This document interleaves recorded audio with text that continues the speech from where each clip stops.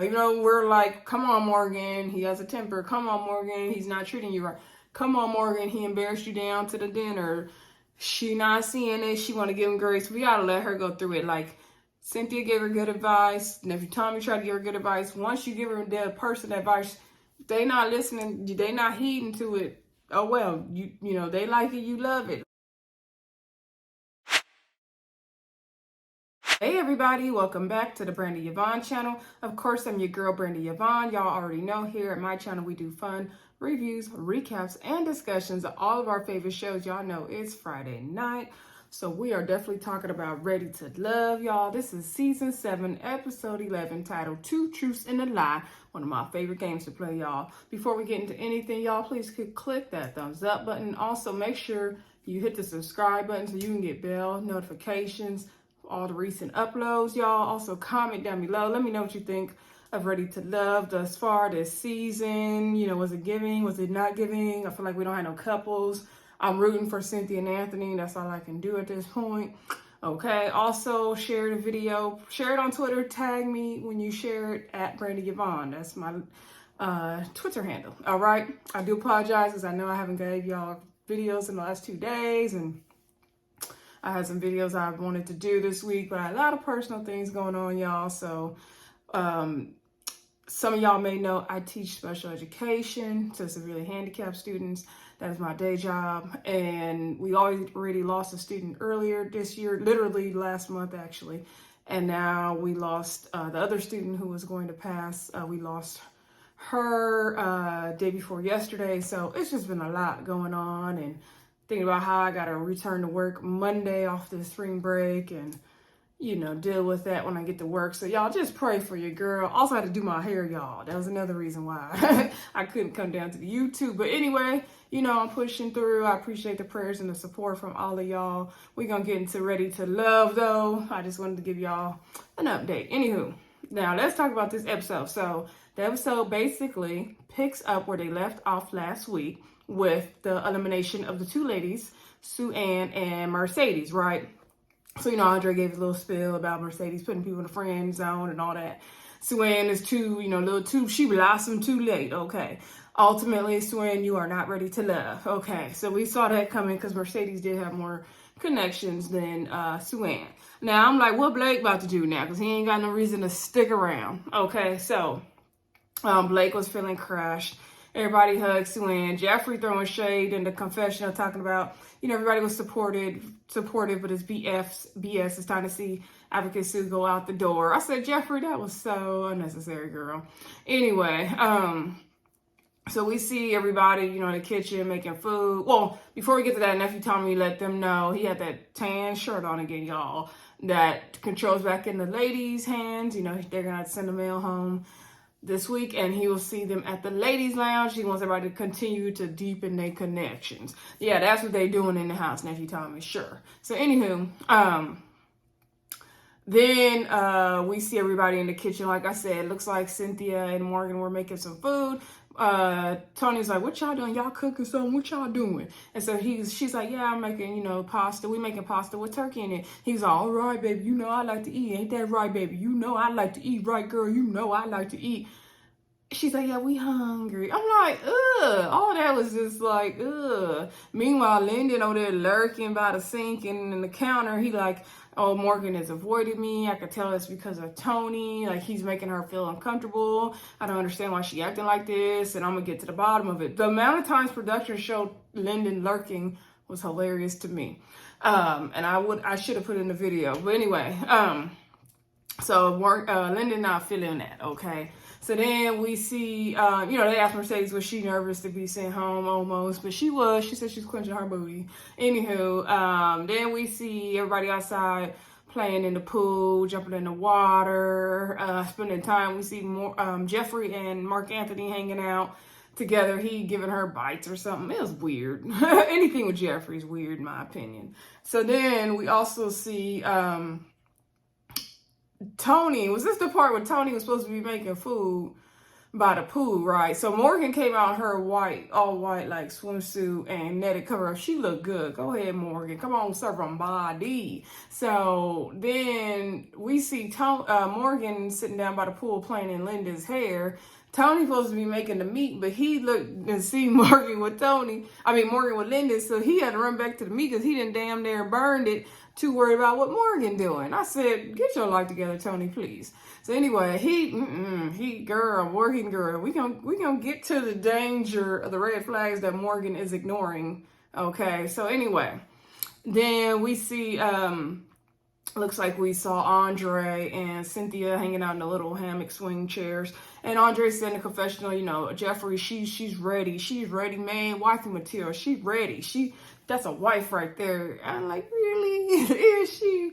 I guess. So anyway, he said, but Cynthia, she right there too. She equally there. And so him and Cynthia were sitting there talking, and she's like, let me use some of this thigh. He said, I'm a KFC man. I like legs, I like thighs, I like breasts, okay, hips and body, okay. So he was like, what do you like about me? She said, I like that you have a big heart, and that's why, like, when you left the competition, you came back, it was easy for me to put you right back in my top. Like, you're genuinely a good person. So she was basically, giving Andre the ego stroke that he needed in that moment. So by the pool, however, we see Anthony sitting there. He ain't looking too pleased. So Mercedes in the pool, she's like, how's it going? He's like, what's up? Thank you for that sample breakfast you gave us this morning. And so she was like, what's going on with you? He's like, I can see, one of my connections over there enjoying her top draft pick. I said, oh, Anthony, you better get a little jealous. So then she was saying, like, she has her connections with him and Mark Anthony, but the thing with Anthony, she feels like, he has his life so together. He comes with a beautiful child already, and she feels like with him, she would be basically a liability. Like, she can't give him that reciprocity that he needs. He already has his career, he already has his life together and all that. I'm like, Anthony's looking like a good catch. Is it just me? Like, and he got a little dark swag side to him too. Okay, we see you, Anthony. So anyway, so Mercedes basically just kind of bowed out, and Anthony was like, I appreciate you being honest, and he was like, as long as you're happy. And then she was like, I'm working on it, one day at a time. But I'm like, what did that mean? Like, did she say that not to like make it a blow on him, or did she say that like she really is trying to work on her? I don't know. Mercedes kept talking about her journey at another point in this episode, and her healing and all this stuff. And I feel like she feels like maybe there's a lot of more maturity and emotional intelligence and whatever emotional healing for herself she needs to gain before she can be with Anthony. Also, she don't want to be nobody's stepmama, and we ain't mad at that girl. We ain't mad at it. Sorry, y'all. Crust in my eye. Anyway, but I didn't like her calling herself a liability. Was that weird to y'all? Let me know in the comments. I didn't like that. You are not a liability, girl. So...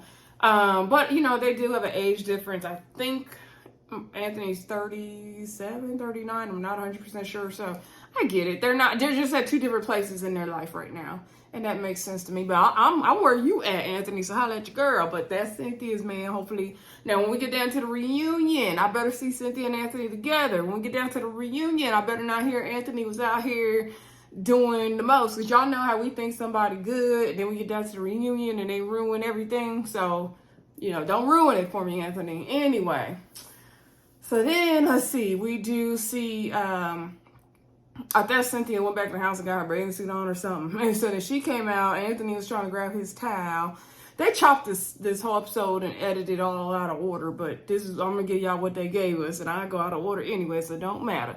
So anyway, so we do see Mark Anthony and Mercedes hanging out, and then we see Cynthia and Anthony in the pool, and so she's asking, they're asking each other how they're doing, and Cynthia said, she had a rough morning, but everything's good now, and they're all touching on each other and all that, and somehow they got on topic of other connections, and then she was like, oh, okay, well, don't get mad when they come to our wedding. And so then next thing, y'all, he came out the water and kissed Cynthia. She was like, oh, he came out the water like that. I think it caught her off guard, though. She was not expecting that. I said, come on, Anthony, come on. You better come out that water. Come on. So he gave her a kiss, and she was like, I'm going to kill you. But I don't know if she said because he caught her off guard or I don't know what. But I guess they both had said that they weren't going to kiss anybody in this process until they found their one. And so them solidifying that kiss. But maybe he did it too soon. Maybe she wasn't ready to let Andre go. I don't know. I think she rounds Anthony over Andre, but it's hard to tell, right? So they was hugging all on each other. She told me she want to feel him in them booty shorts or something. So anyway, then they was getting real cozy, y'all. So then we get in the house, right? We see Blake sitting on the sofa. Lyndon and Anthony come over there and they're like, what's going on? You're like, you're in deep thought. So Blake basically says, with SuAnn going home, he don't really know his position here. He need to go home and figure things out. So he's like, not a good idea for him to stay in the house at this point. So he pack up his stuff and he goes. Goodbye, Blake. So then later on in the kitchen, we do see, Tony and everybody's asking, Tony asked everybody, how y'all feel about Blake leaving? So then it was crickets, and then Mercedes is like, what? And so making a joke. She's like, no, he grew on me, he was really growing on me. And so then he's like, don't y'all speak up at once? And then they asked Jeffrey. And so Jeffrey was like, I'm handling meat right now because she was cooking.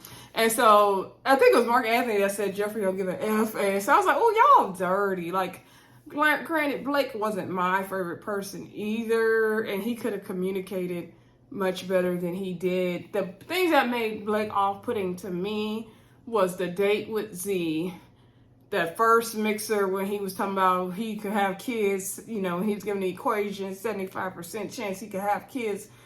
And then the date he had with Johnny. That's the things I didn't like about Blake. He just comes off very arrogant or condescending, stuck in the mud, something. That's what I didn't like about him. But we still don't even know what the hell happened with him and Jeffrey, and that better come out in the reunion too, okay? So anyway, but goodbye, Blake. Nobody was really checking for you except for Susu. So anyway, everybody kind of just sitting around. I'm like, did y'all really spend the night there? Because they came back in fancier clothes. Maybe they had like a dinner and they just didn't show us the dinner. So they get a knock on the door, or the doorbell rings. And so Tony gonna have the nerves to say in his confessional, oh, I was thinking like that was Marcia about to come through and bust through the door. I said, Tony, have you watched the show before, Tony? This is not how this is gonna work. Marcia is not coming. Tony, Marcia is not coming. If you say Marcia's name one more time, she is not coming. She don't want to come. Trust me. So anyway, they get basically an envelope. I said, somebody about to get served. So basically, Andre reads it. He said, Nephew Tommy wants them to do an activity where they make candles and present them at the end of the night. Tony's like, he an accountant. He not an arts and craft person. He don't want to make these candles. I said, who letting Tony manage their money and do their taxes? He probably messing up the church's money over there. So anyway, Andre said he's not looking forward to this because he has 2 connections. He don't know what he gonna do.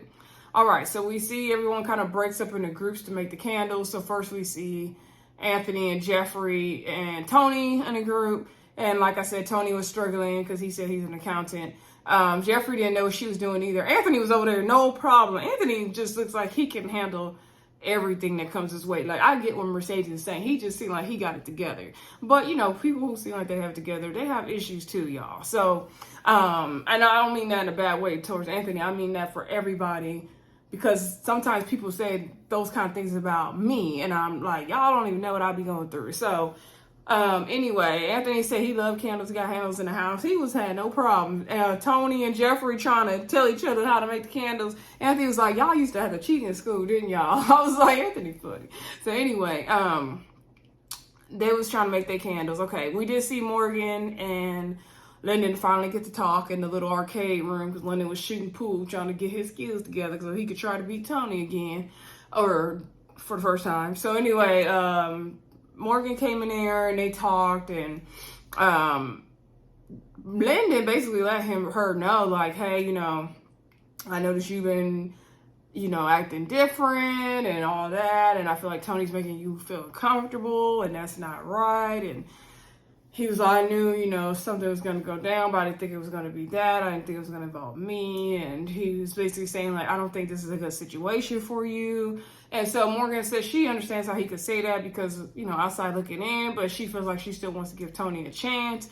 And she kind of was telling Lyndon that too. And she started crying. She was like, I didn't want to make you feel bad. It's hard to try to maintain two connections at once, you know, show two people attention. And she's like, I didn't mean to make you feel bad. And she felt really bad about it. And so he basically spoke up and said, like, hey, like, you've been hurting me because now you acting like I'm not here and we supposed to be connected. But that's because she was using you the whole time, Lyndon. But Lyndon saw through it. Okay. He said, you won't be near my hair today. Okay. So anyway, then Morgan and Cynthia, and I want to say Mark Anthony, go outside to make candles. And so Morgan, she over there struggling to make the candles to the point where she started crying. Cynthia's like, girl, what's going on with you?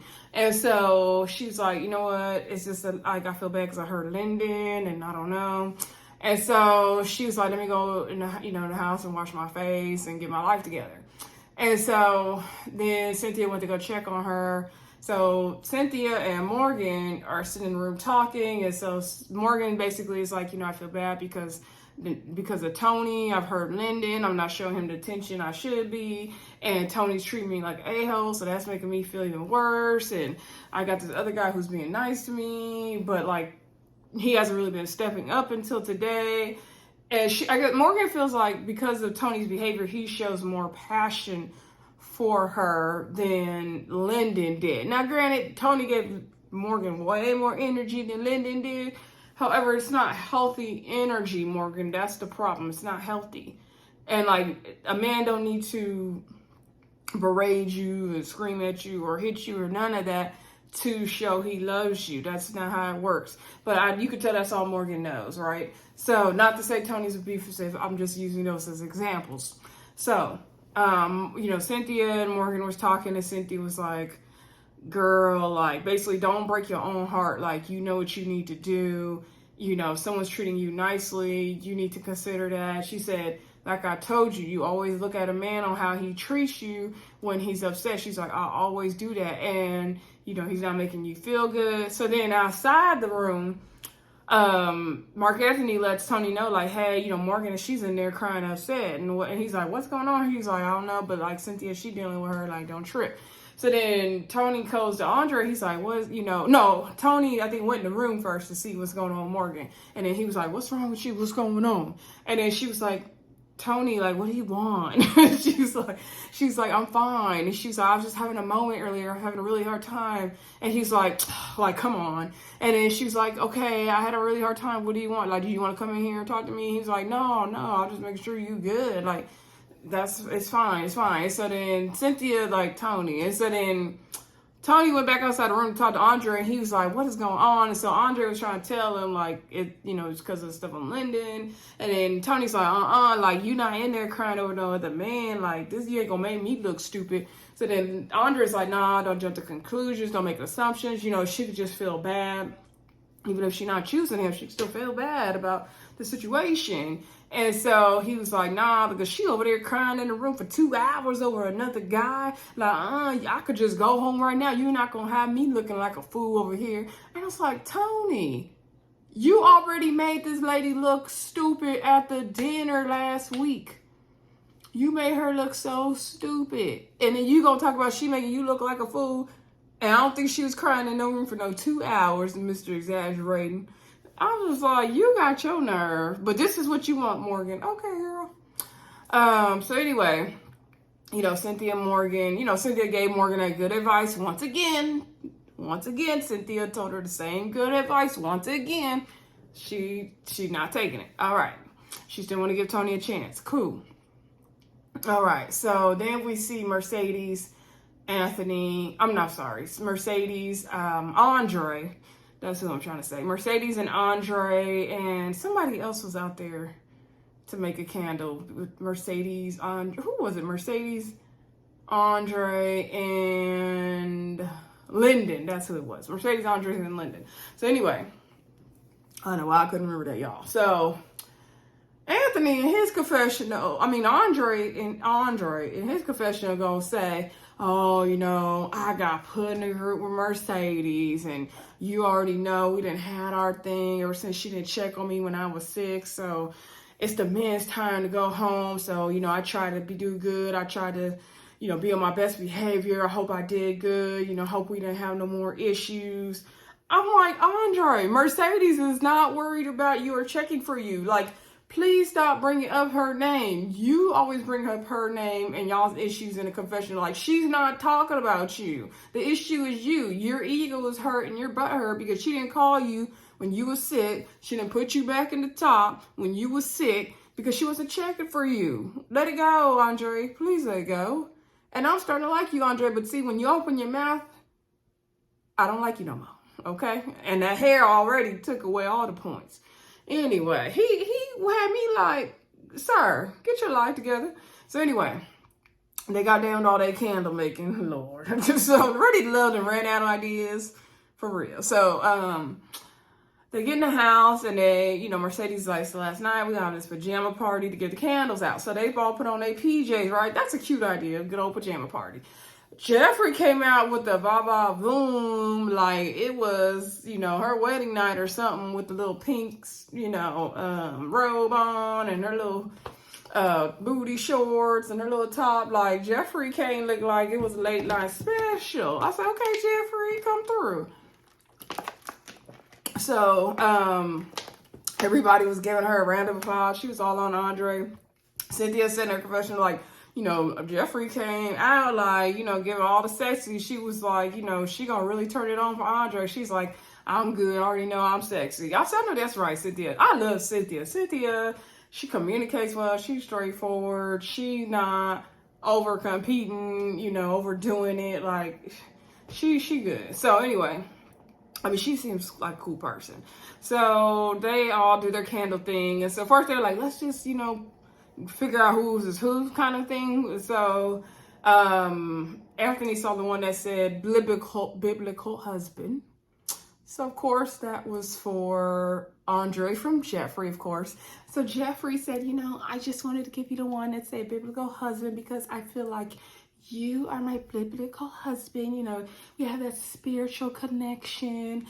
And, I did it the chocolate scent because you're just a chocolate man. And that's what it is. All right, girl. So anyway, then meanwhile, while she talking, Mark Anthony was like, he could not be bothered. So then, and I don't think she made Mark Anthony a candle or they didn't, show it. So Mark Anthony made one for Mercedes. I forgot what he called it, y'all. So then Mercedes, gave the one she made for Mark Anthony, talking about, Caribbean, Haitian thing, all that. And so that was like the vibe of her candle. And so he was like, thank you, show me some love over here. Don't leave me hanging out here by myself. And so she was like, kissed his cheek or licked his cheek or something. And I was like, did he really want that? Or was he doing that to make Jeffrey jealous? It was very much giving, I'm here to play a game and I'm gonna make Jeffrey jealous right now with Mercedes sitting next to me. Mercedes was looking like, yeah. No, not Mercedes. Jeffrey in her confessional was like, yeah, Mark Anthony, when he gave that candle to Mercedes, I could see, he was very ego-driven and his pride. I'm like, girl, he just, girl. So anyway, then Anthony presented his candle to Cynthia. He did red for romance and roses, and I forgot the scent if he mentioned it. Anyway, he gave her the candle and he said something nice. So then Cynthia gave Anthony a candle. She said purple was for prosperity, and she said coffee scent because she wanted to wake up next to him every morning having a cup of coffee. I said, you better say it, Cynthia, and claim it. And so they were all, snuggly and kissy and all that. And so they were like, oh, there's another candle. So looks like Cynthia made Andre a candle as well. And so Anthony's like, oh, I know we made candles for two people. Like, what's good? And so she gave his was like roses or something because she wanted to give him his flowers right now. Like, he's a really nice person. So I feel like Cynthia is pretty much leaning towards Anthony, but she wants to let Andre know, like, I still appreciate you, because she did say that, like, even though she's leaning towards Anthony, like, she still connects with Andre because he was, she was able to open up and cry with him because of that date they had before he got sick, y'all. So anyway, she ain't letting that moment go, apparently. So, all right. Anthony was like, okay, we can make 2 candles. Like, I'll make another one real quick. Like, what's good? Cynthia said in confessional, she's like, oh, she felt so bad. Like, she didn't tell Anthony that she made Andre a candle. Like, she didn't know he was going to get mad. She's like, he was pissed. I said, you better get mad, Anthony. So anyway, then there was the candle from Lyndon to Morgan. And so she's like, no, don't like give it to me. I'm going to pick it out. It said, good morning, or hello, darling, or something like that. Whatever Lyndon always be saying to Morgan. And so they exchanged their candles. And then, I'm not sure if they showed Mark Anthony's candle that he made for Jeffrey, or if he did or not. I can't remember. I think he did make one for Jeffrey, if I'm not mistaken. But anyway, so then there was like, they're like, oh, there's one more candle. They're like, oh, it's Tony's. Now, speaking of Tony, y'all, they was like, where Tony at? Where Tony at? When they got ready for pajama party, y'all, he sleep in the bed and can't be bothered. I mean, he was out. And Morgan was like, you know what? I'm glad Tony is not in here. You know, we ain't got to deal with him. You could tell everybody was like, oh, thank God the baby then finally went to sleep. He was throwing a tantrum all weekend. We tired of him. Get your sleep on. So even Anthony was like, where's passionate Tony at? Where's passionate Tony at? I'm like, he real passionate, ain't he? Every time they would flash back to Tony, he's still sleeping. I mean, he was still asleep. So anyway, they said his candle had a bug in it. So yeah, bye Tony. So anyway, they was like, okay, let's turn up. So they was all lit, dancing, having a good time, backing up on each other. It looked fun. All right, so the next morning, we see Morgan and Tony talking. Tony does apologize to Morgan for his behavior and making her feel bad and all that good stuff. And so she was saying, like, you know, why should I choose you? And so he said, because, you know, we have our spiritual deep connection. You know, I feel like I can lead you. I feel like I can encourage you. I can help you. And she's okay, that's the Tony I like. Like, this is the Tony I like to hear. But like all that other stuff you be doing, no, I'm not feeling that. And so, you know, she's basically saying she still wants to give Tony a chance. He deserves grace. Sure he does, girl. So then we get to Blake. I believe it's when we get to Blake. Blake goes down to see Nephew Tommy. Now, Nephew Tommy looked like he at the rooftop of his hotel eating and not trying to be bothered, drinking wine. So Blake come up. He was like, oh, I was surprised when you called me. So he was like, so man, you've been in the bottom every single time. Like, you know, what's up? Like, what have you, you know, learned from this process? What's going on? And so he was like, you know, I definitely learned that there's more than one way to approach a woman and talk to a woman. I learned that, you know, maybe my communication style could be different. I can, not the way I, you know, give the communication, but maybe the way I receive it and take it in. I can do some things differently. And so he basically let Nephew Tommy know, like, you know, now that Advocate Sue is gone, I don't really have no, you know, the connections here. I don't want to infringe on what the guys already have going on. So I do want to, you know, lead the process and figure out what's next for me. And so Nephew Tommy stared at him for a minute. He was like, so you don't feel like you got no other connections here? Like, Nephew Tommy, you know he ain't got no other connections here. So then he was like, no, you know, all ladies are great, but I don't feel like none of them are really for me, which I don't feel like none of them were for him from day one. The only one was SuAnn, really. So Nephew Tommy's like, he stared at him for a minute. He's like, all right. He's like, okay, but what you need to do moving forward, take everything you learned from here, just put it in action. You already got great, you know, skills, great things for yourself. You need to just sharpen what you already got. And so he went back to eating, y'all. I said, production, y'all shady for that. Anyway, I guess they want to make it look natural. They're like, okay, eat, Nephew Tommy. Okay, stop eating. Okay, get back to eating, Nephew Tommy. And so then we do see Mercedes and Mark Anthony go on a little date. They're like have a chessboard at the table. And so Mark Anthony came up like, oh, you play chess? She was like, what you know? And so then he's like, well, you ain't even got things set up right. She's like, you know, we're the young ones of the group. We the wild ones. We like to have a good time. So we're going to play 2 truths and a lie. So she does hers. She said she's done pageants. She's been proposed to before, and she's allergic to apples. And so he said the allergic to apples one was the lie. She's like, no, actually it was the proposal one. She's never been proposed to, and she really is allergic to apples. So he said for his that he almost died at a camp in 6th grade from hypothermia. he got in trouble for having sex in a school library at his college. And I can't remember what the other one was, y'all. But anyway, and so then she was like, that last one about the hypothermia was real specific, so I don't know about that one. And so then he was like, no, that actually wasn't a lie. And he was explaining that I guess when he went to 6th grade, he went on some kind of hiking camping trip, and he woke up to like his teacher slapping him on the face, waking him up, and they were like, if they would have found him 30 minutes later, he would have died. And so she was like, well, what was the lie? And he said the school library sex one was the lie.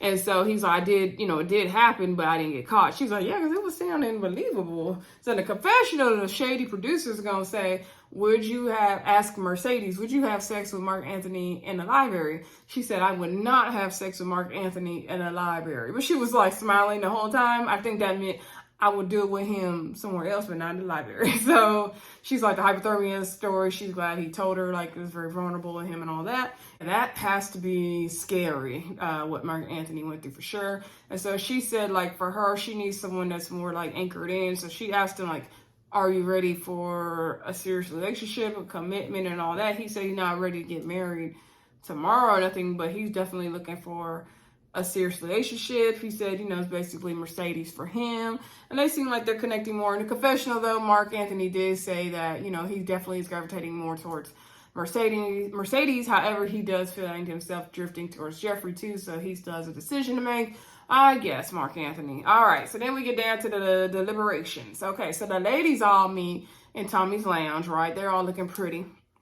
And so nephew Tommy asks, how the rest of the getaway was. Cynthia lets everybody know how she kissed Anthony and how she wasn't expecting that, and how they said they weren't going to kiss until they found a person. And so she's really, locking in and getting deeper. Anthony, he really shows her the deeper side of him. She said, but she also still, has that, vulnerable side with Andre as well. And so Jeffrey's like, I feel the same way. He is definitely my biblical husband. I'm like, I'm not getting biblical husband from Andre, but okay. Same way I'm not getting wifey material from Jeffrey, but whatever. So they ask Mercedes, who she's connecting with. She says Mark Anthony, of course. And she did tell Anthony that, she doesn't feel like they're on the same level. And also, out of respect for Cynthia, she's seen that they really have something special. She doesn't want to infringe on that. And so nephew Tommy's like, okay, I can respect that. And then he asked Morgan, who's her connection. She said, of course, it's been Tony from day one. You already know, but then I have Lyndon over here, and he's a really nice guy, so I really don't know. And so Tommy's like, okay, who are y'all not feeling? So Jeffrey said she's not feeling Lyndon. That's like her friend. She's gonna be at his wedding, looking at his wife, like figuring out if that's a good person for him.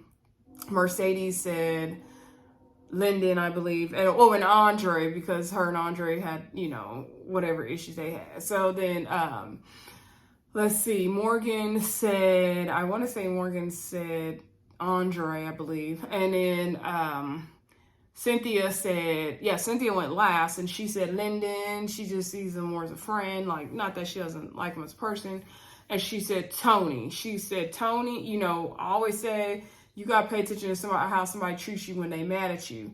And Tony, during the trip, Lyndon said that Tony said that, if Marcia was here, then Lyndon could just have Morgan. Y'all know what happened last week at the table. So nephew Tommy's like, what? He said that? And so, because Cynthia is a good friend. Okay, because she was not letting Morgan get away with it. And I liked how the way Cynthia handled that. She didn't chastise her. She, was with her every time. She gave her good advice every time. I like how she brought it to the group to make sure nephew Tommy knew. Okay, so Morgan was like, yes, he did say that. It wasn't good. And so nephew Tommy was like, she's like, but I still think he needs grace. And so nephew Tommy was like, Morgan, like, how many red flags you got, girl? He was like, how many red flags? She was like, yes, he has his temper. Yes, his communication's off. He's like, that's 2 red flags. What about with Lyndon? And she's like, well, with Lyndon, he's younger. We're at 2 different places in our life. His lifestyle doesn't seem to match up with mine. And so she was like, but the Lyndon I met the first day finally showed up at the house. You know, he told me how I hurt him and all this stuff, and he really showed up for me. And so she was speaking very passionately about Lyndon. So Nephew Tommy was like, you just spoke so passionately about this guy. Like, you know, he's like, I'm worried about you for the journey, like that you are going to go in the wrong direction and you're going to let somebody else go that was good. And so she was like, no, I know I have to figure out, you know, for me, Tony is that protector. He's at this, and I had to give him grace. And she's like, I don't want to talk about it anymore because I'm gonna keep crying. And so he's like, all right. He's like, well, Morgan, you're gonna have to go take, you know, Lyndon on a date and figure out, you know, if it's gonna work or not. You're gonna have to make the decision. So basically now it's Morgan to decide who's going home, Lyndon or Tony. And everybody's trying to tell Morgan, like, girl, it's not it. And Morgan is not trying to listen. And you know what? I'm sure we all have been there as men and women in dating situations. Like, my last serious relationship, like, I did not listen to the red flags. I did not listen to what his friends said. Like, I knew better but didn't want to do better. And sometimes you just got to hit your head and learn for yourself. Sometimes you just got to learn the hard way. Sometimes, you know, we can be stubborn. I know I'm very stubborn. You know, we're like, come on, Morgan. He has a temper. Come on, Morgan. He's not treating you right. Come on, Morgan. He embarrassed you down to the dinner.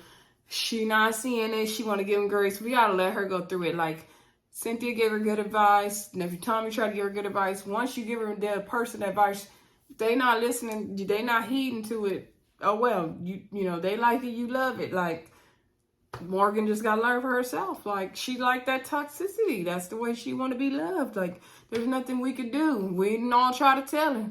We can't. She don't want to be saved. Okay? Can't save her. So anyway, Morgan goes down to the dinner with Lyndon. And so she was like, you know, basically I got to give Lyndon one more chance to prove, you know, if he's really wants to be here, he's ready for love. And I'm like, girl, Tony need to be the one proving himself. And so anyway, you know, Lyndon and her talk, and Lyndon's like, oh, you know, making fun of Tony at the table and stuff. And so they're all, you know, getting a laughing about that. But she's like, you know, I'm here to talk about me and you.